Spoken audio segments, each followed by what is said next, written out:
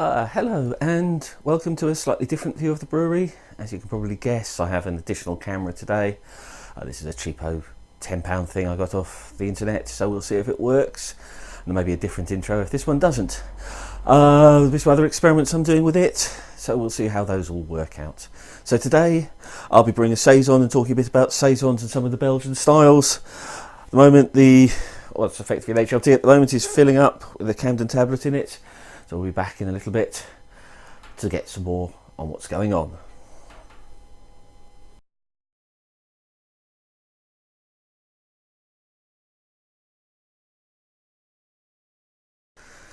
Okay, so today I'm brewing a saison. So first of all, a little bit about my saison recipes, starting with the grain bill. The grain bill for a saison is pretty simple. In this case, I'm using some Dingman's Pale Ale malt, using a touch of Munich, and something I tend to do use is a little bit of acidulated malt. This is something I've added into the saison recipes since I started brewing them. I'm not sure it makes a huge amount of difference, just adds a touch more acidity, both the mash into the final beer. But I've kept doing it and they've won competitions with it in, so I'm going to keep it there for the moment. Water treatment up here, we're going for a fairly balanced water in the end. As you can see, I've got my base water profile of Bolton set up and some additions there. This should make a nice, effectively balanced profile. Right, we'll come back and talk about the rest of the recipe in a minute.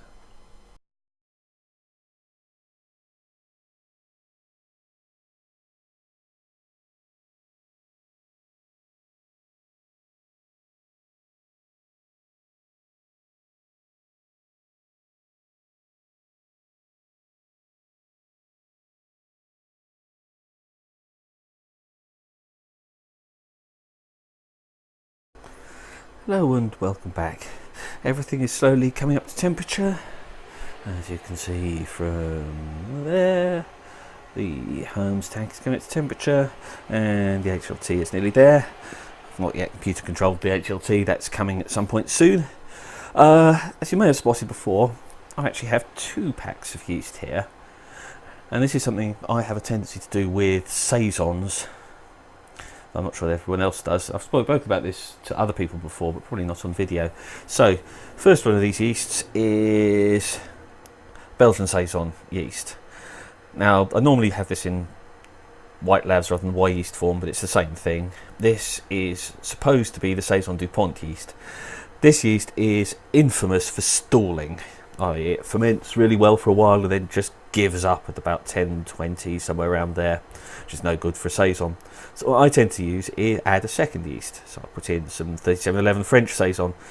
French saison doesn't have as good a flavour profile as the Saison DuPont yeast, but it doesn't stall. So what tends to happen is I'll put in a larger pitch of this, so I'm going to kick this smack back off earlier than this. This will ferment for a while and this will finish it off.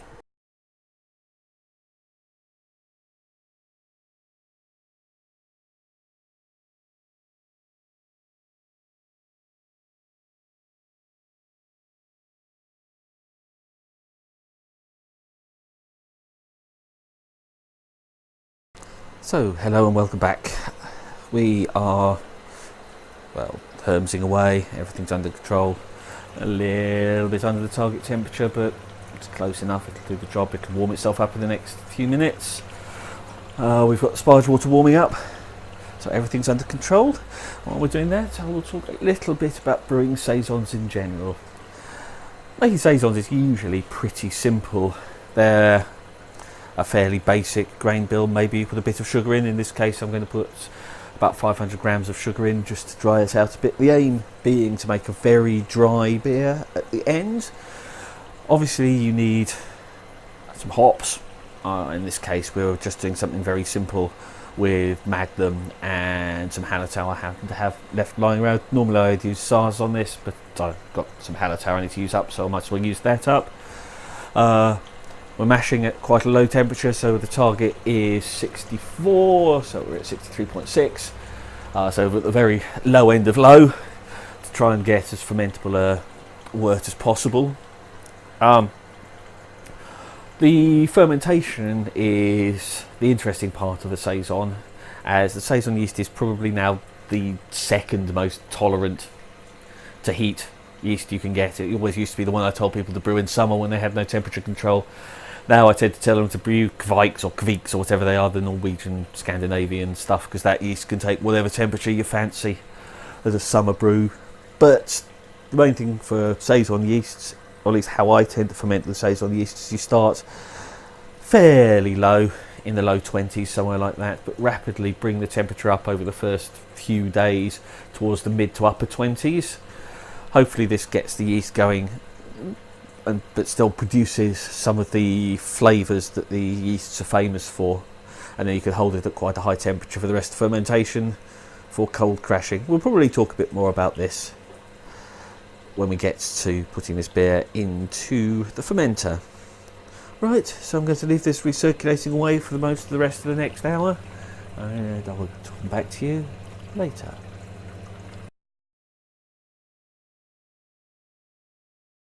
Right, so now as we're coming up to the boil, we have the extractor hood back on again. So if you haven't seen this before, it's simply a big cooking bowl that fits over the top of the boiler with some holes punched in the top, bit of tube, then goes into a duct, which is then going through an inline extractor fan, and then all the way outside to try and blow some of the steam away from the garage.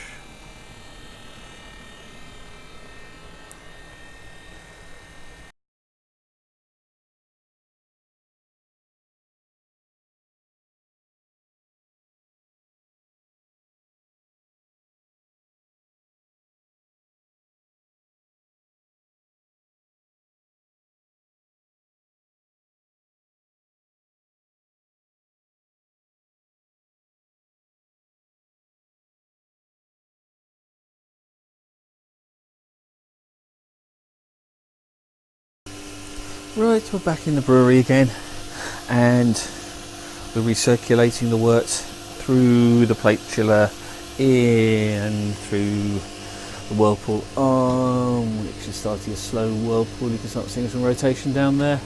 This is primarily to sanitize out the plate chiller, make sure it's all had some boiling work go through it before I start cooling with it, make sure it's nice and clean. Right, a few more minutes now before we start cooling, and then we're nearly done.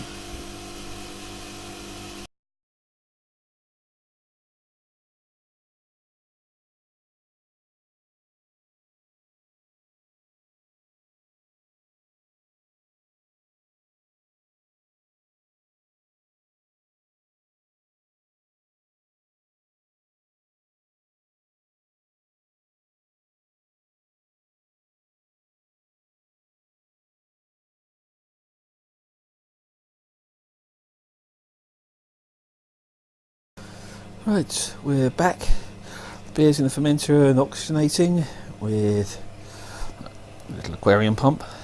Seems to be a little bit under volume from usual, but we'll see when the foam dies down.